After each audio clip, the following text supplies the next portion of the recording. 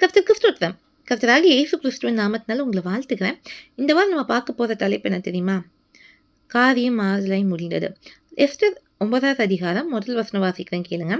ராஜாவின் வார்த்தையின்படியும் அவனுடைய கட்டளையின்படியும் செய்யப்படுகிறதற்கு ஆதார் மாதம் என்கிற 12ஆம் மாதம் 13ஆம் தேதியிலே யூதரின் பகைஞர் அவர்களை மேற்கொள்ளலாம் என்று நம்பினார்களே. அந்நாளிலே தானே யூதரானவர்கள் தங்கள் பகைஞரை மேற்கொள்ளும்படிக்கு காரியம் மாறுதலாய் முடிந்தது. இந்த சம்பவம் நம்ம எல்லாத்துக்கும் தெரியும் இல்லையா? எஸ்தர் ராஜாத்தின் கதை. ஆமான் என்கிற மனுஷன் மொர்தேக்காய்க்கு விரோதமாக எழும்பினாங்க. அப்போ அந்த ஆமான் நினைச்சது மொர்தேக்காய் அழிக்கணும்ல, அவனோட எந்த இதில் இருக்கானோ அது ஃபுல்லாகவே அழிக்கணும் அந்த ஜனங்களை நினைச்சான். ஆனால் காரியம் என்ன ஆச்சு தெரியுமா? மாறுதலாய் முடிந்தது. அதற்கு காரணம் என்ன? மொர்தேக்காய், எஸ்தர் எல்லாரும் கர்த்தரை நம்பியிருந்தாங்க. உபவாசம் போட்டாங்க. கர்த்தரை சார்ந்து இந்த காரியத்தில் இறங்குனாங்க, ஜெயம் எடுத்தாங்க. ஆமான் இவன் எப்படி நம்மளை வணங்காமல் இருக்கலான்ட்டு ஒரு அகந்தையினால அவங்கள அழிக்கணும்னு நினச்சான். ஆனால் கர்த்தர் என்ன பண்ணாரு? தம்மை தேடுகிறவர்களுக்கு அவர் நன்மை அளிக்கிறவர், பலன் அளிக்கிறவர் என்பதை அவங்க வாழ்க்கையில் நிரூபித்தாங்க. காரியம் மாறலை முடிந்தது. இன்றைக்கி உங்கள் வாழ்க்கையில் என்ன பிரச்சனை, போராட்டம் சரி, ஒரு வருஷம் உங்கள் காலம் முடக்கி அவருடைய சமூகத்தில் உட்காந்து பாருங்க.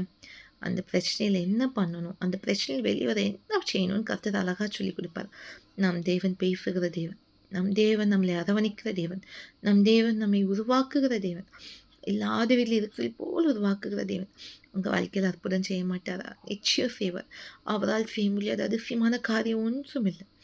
அதாவது அன்றைக்கி யூதரின் பகைஞர் அவங்கள மேற்கொள்ளலான்னு நினச்சாங்க.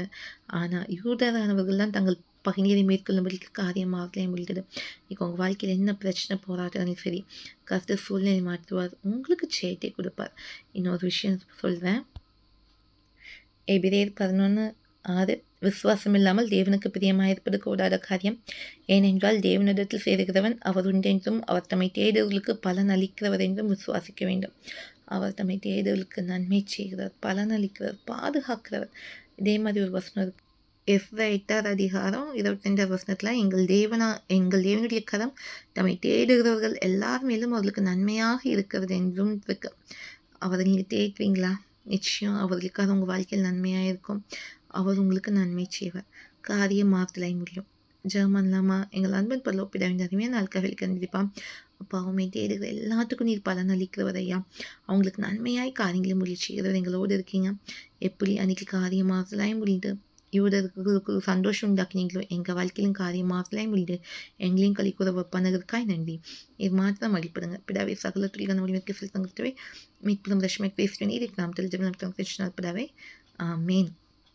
கர்த்தர் உங்கள் வாழ்க்கையிலும் பெரிய அற்புதத்தை செய்வார். அவரை தேடுவதற்கு பலன் உண்டு. கர்த்தருக்கு சுத்தமான இன்னொரு வீடியோவில் உங்களுக்கு சந்திக்கிறேன். கர்த்தர் உங்களை ஆசிர்வதிப்பாராக. ஆமீன். அல்லேலூயா.